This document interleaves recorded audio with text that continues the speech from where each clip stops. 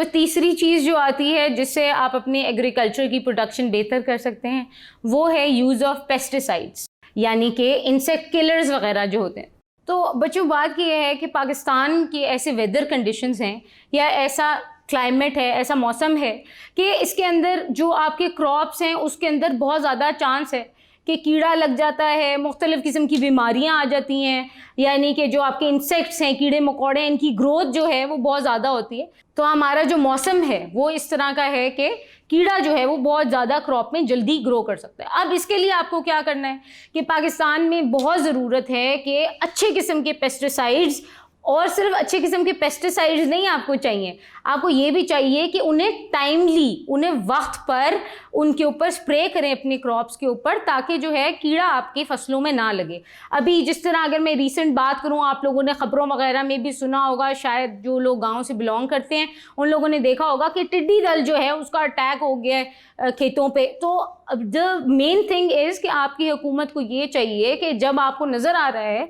कि एक वबा इस तरह की या ऐसे कीड़े मकोड़े चांस है उनके आने का, तो बिफोर देयर अटैक, उनके हमला करने से पहले खेतों पे उसके ऊपर सही किस्म के पेस्टिसाइड्स डाल दिए जाएं जो कि उन कीड़ों से फाइट कर सकें, यानी कि वो उनको प्रोड्यूस ना होने दें। उसके अलावा ये कि मुख्तलिफ़ किस्म की आपकी जो